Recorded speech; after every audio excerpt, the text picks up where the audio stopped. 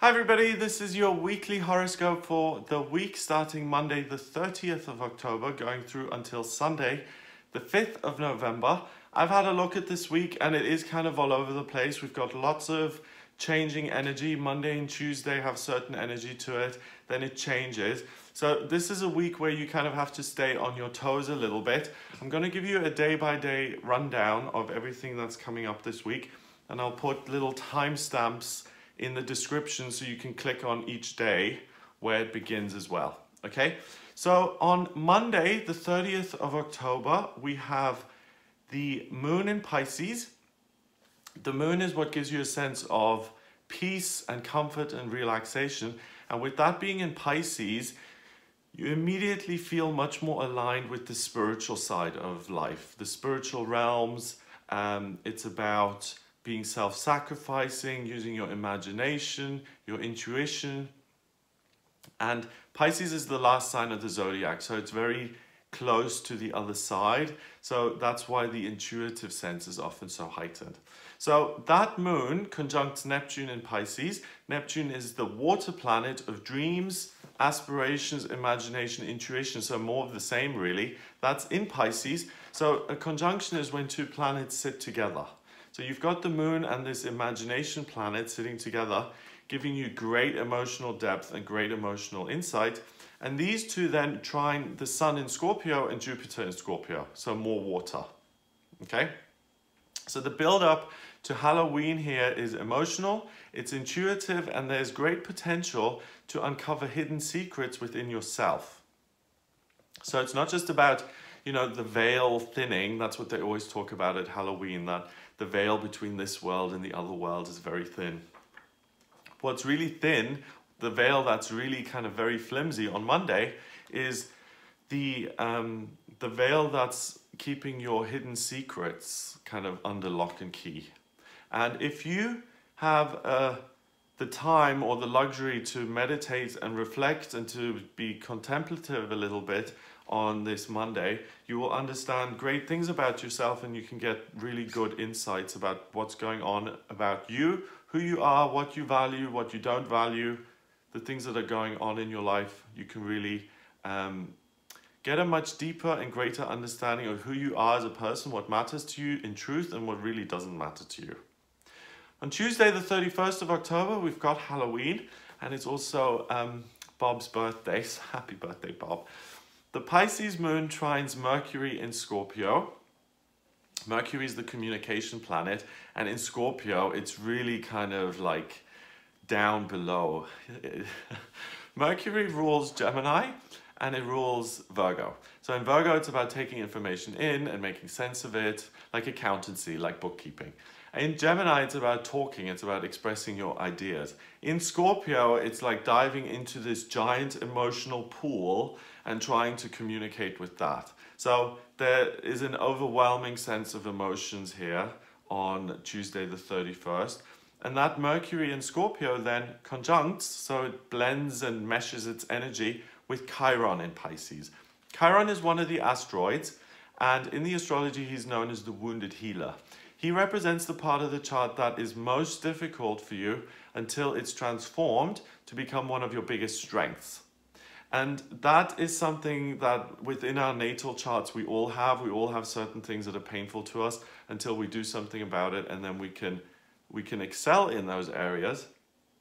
So here on Halloween Tuesday, there are kind of typical Halloween conditions because we've got the sun and Jupiter in Scorpio, we've got the moon in Pisces, we've got Mercury in Scorpio. So everything is kind of watery, and it's what you would expect during this Halloween season. But in a sense, this isn't one of the heaviest and most difficult Halloweens, because the Pisces moon gives you the sensitivity to navigate this kind of emotional energy really easily and quite well, and you're quite comfortable with it. It is also a very good time to use your intuition and to connect with deceased loved ones, especially if there's unfinished business. This is the Halloween. It's an opportunity to kind of resolve those matters. If you have someone on the other side who you want to connect with, Maybe there was something that was unfinished while you were still together, and that person has passed away now. I mean, it may sound a little bit cheesy that I'm saying, you know, that there is the ability to communicate with people on the other side at Halloween. But the truth is that, you know, it started out as a pagan festival for a reason. The veil really is thinner. And it's, if you want to connect with someone and just put an end to something so you can resolve it and you can make space in yourself and you can let it go, then either try and connect with that person yourself, or visit a medium, or join a seance or something like that. But only if you feel a need to resolve something. Because if you do, then there is an opportunity to do that and you'll be supported in reaching the right people. Now on Wednesday, the 1st of November, the moon changes and it goes from the last sign of the zodiac, Pisces, and moves into the first sign of the zodiac, Aries, at 6:44 in the morning. The Aries moon then opposes Mars in Libra. Mars is the planet of desire and what it is you want, okay? It rules Aries, which is the sign of the ram, and Mars likes being able to just ram things out of its way and say, out of my way, here I come, I'm going to success. In Libra, it's the opposite. It has to compromise. It can't just do what it wants, and it's the sign that's literally opposite to Aries. So Mars is kind of out of sorts in a sense. He's forced to be more compromising. Mars is forced to listen, to communicate, and to realize that other people have needs and desires as well, not just the individual itself. That Mars then quincunxes Jupiter in Scorpio, which is the good luck planet, and it quincunxes the Sun in Scorpio.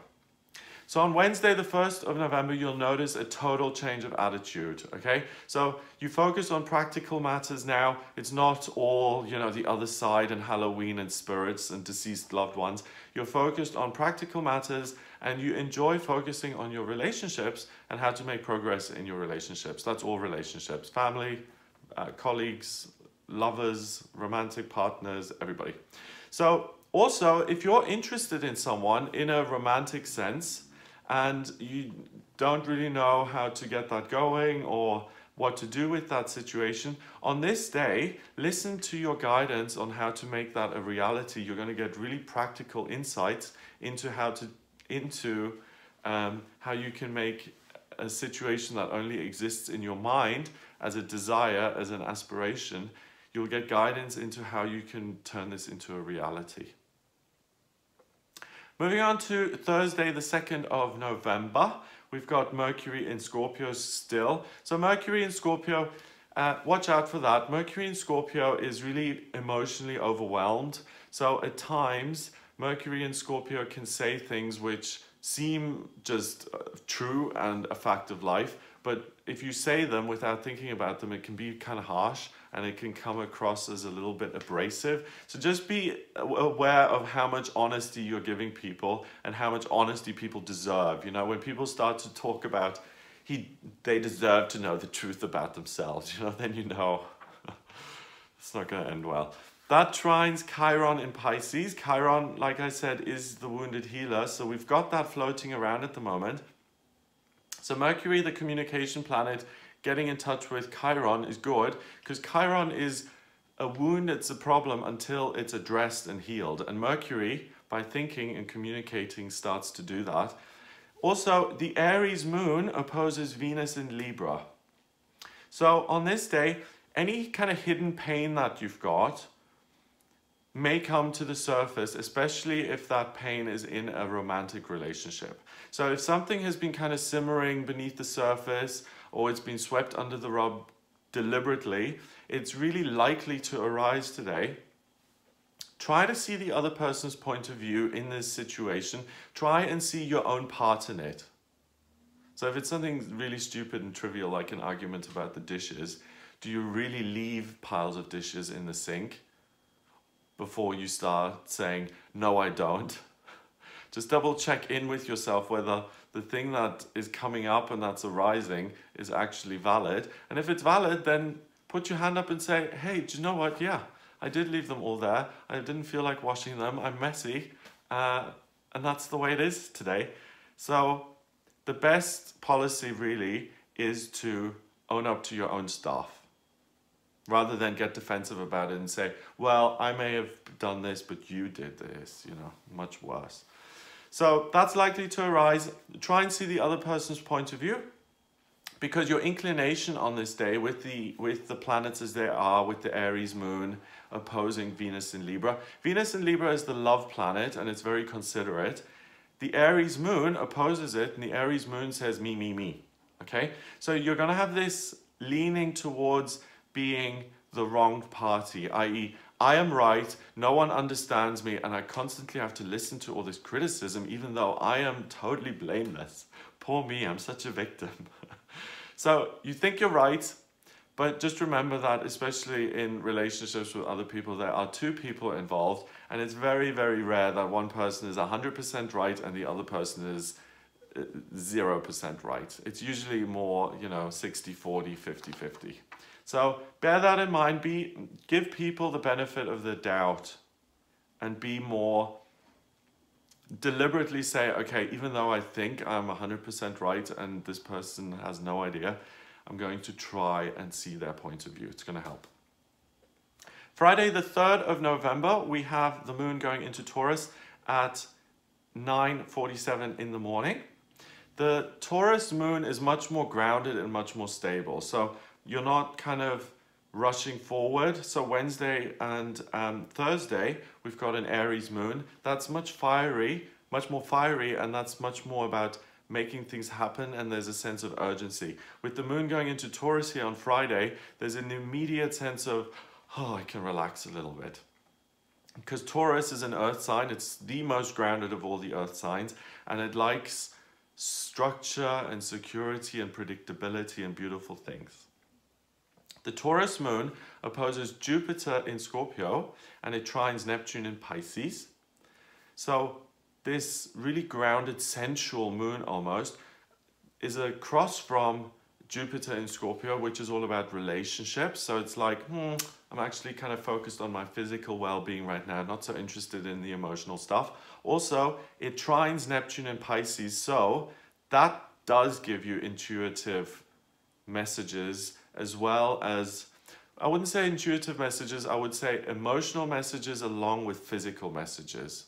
So you're really connected to your body and your emotional state, and that when you're connected to yourself like that, then again, there's great room for personal insights, but it's also a great opportunity to share your love with another human being, another person.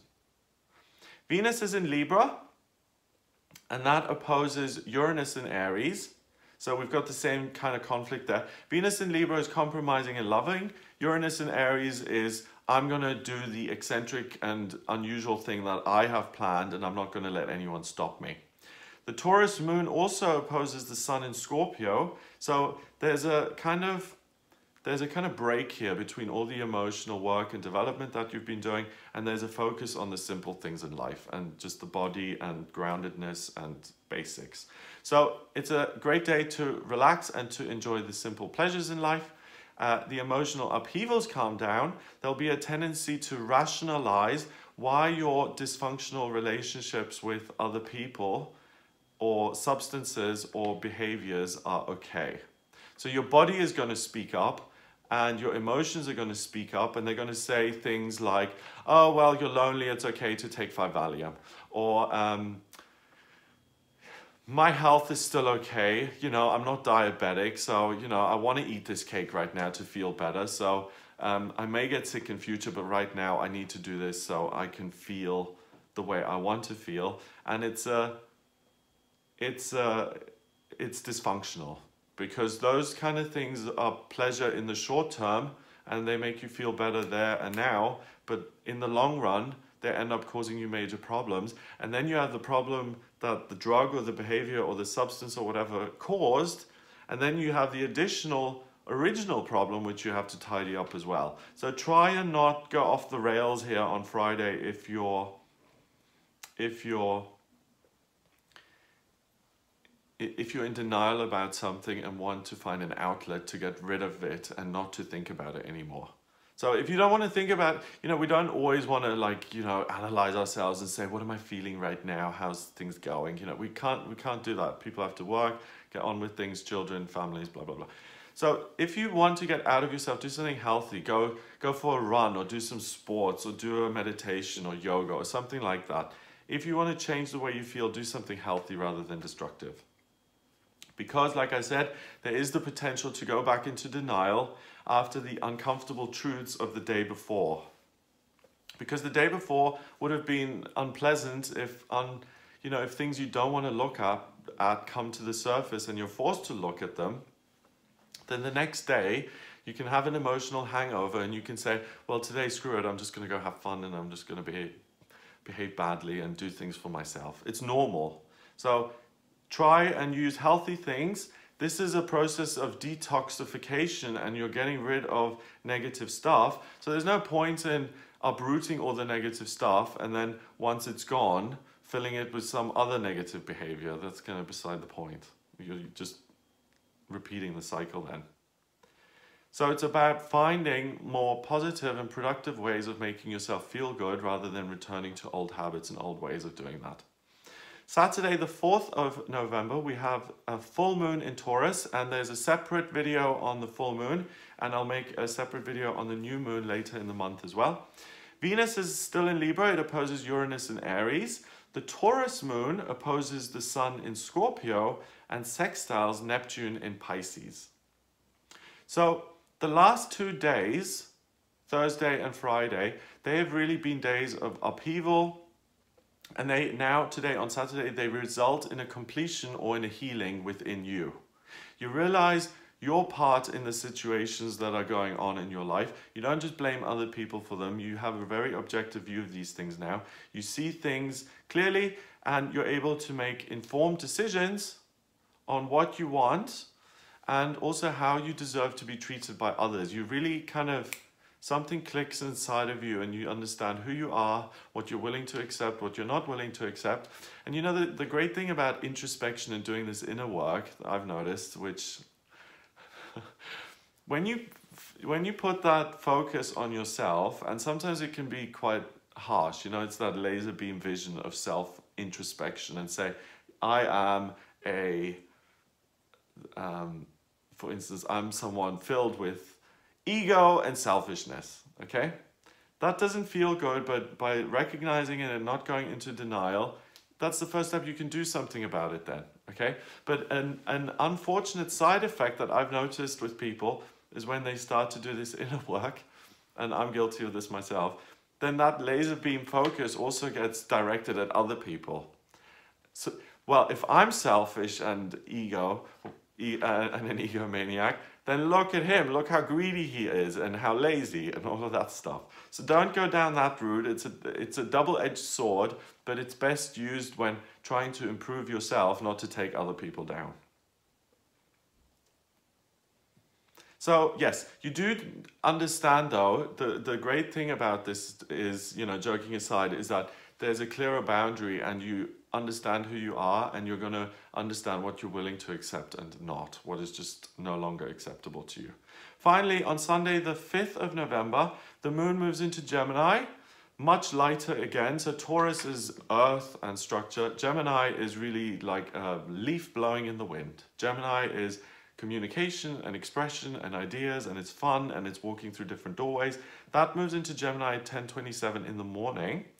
And Mercury, the communication planet, now moves into Sagittarius, out of Scorpio, out of the depths of the emotional sea, into Sagittarius, which is the archer, the centaur, and up into the sky. So we're going all the way from the very bottom to the very top, to the higher realms of knowledge now. And on Sunday, communication becomes much more important to you, especially when it comes to implementing your own ideas. Mercury in Sagittarius isn't ideal, okay? Because Sagittarius likes to explore and it likes to gallop off into uncharted territory and discover all this exciting new information, but it's not organized in the sense that it doesn't look at every detail and it doesn't notice every piece of information because it's so busy galloping. If you're at that speed, you don't get to see everything, do you? So it isn't ideal, but it's great in terms of scope, how objectively you can think, how far you can cast out your imagination and visualize yourself, and then bring that back to reality. So this Mercury shift is not practical. It's not going to help you with your accounts or your taxes. It's not going to help you with, cleaning and seeing every little spot of dirt on the ground. It's not about that. It's not practical, it's aspirational. Mercury now starts to think of what great things could I achieve that are totally out there in the universe that have no bearing to my actual reality now. And it's like Mercury is in a dream.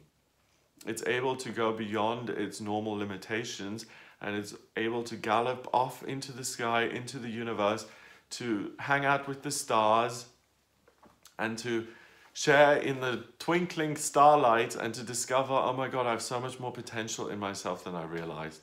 So Sunday is a really good day to dream and to communicate with other people, you know, people who are idealistic, people who think along different lines. You know, the people around you are really important, because if everyone says, you know what, for generations you have been, your family has been in the sewing and fashion business, you need to stay in that business, and that's just the way it is. You know, it's known.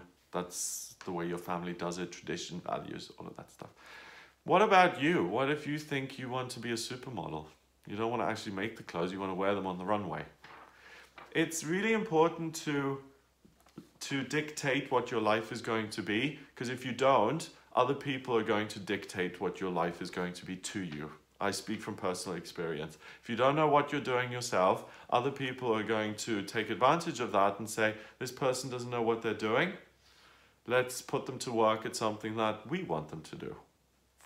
So that's why dreaming big and allowing yourself to see your true potential is massively important, because it will make your life better and it will help you progress and help you to achieve your purpose, rather than just getting through the days and getting by and making money and trying not to get sick and all of that stuff. You know, it's a whole different attitude. It's like, I've got this life, I can do whatever I want with it, rather than, okay, this is the tradition, these are my responsibilities, let me just try and keep my head above water. So Sunday isn't about that. Sunday is about, the world is my oyster, I can dream, I can think about what's coming up, and I can really throw myself into it. So that's what I get for you here in this coming week. I hope you have a fabulous Halloween. If you're going out and you're celebrating and you're dressing up, I hope you have a really good time. If you'd like a private reading with me, then please get in touch via my website. It's gregoryscott.com. Click on the readings tab to order your reading. In my readings, I use astrology, tarot, and numerology, and the astrology is a blueprint of your soul, basically. It shows me what your life purpose is, what your vocational aptitudes are, what your strengths and weaknesses are, what's coming up for you in future, in your love life, finances, career, in terms of spiritual progress, health, where the best place to live is, what's coming up in travel, promotions, anything at all. So if you have any questions, then get in touch with me via the website gregoryscott.com. Please remember to subscribe to this YouTube channel, and I'll speak to you next week.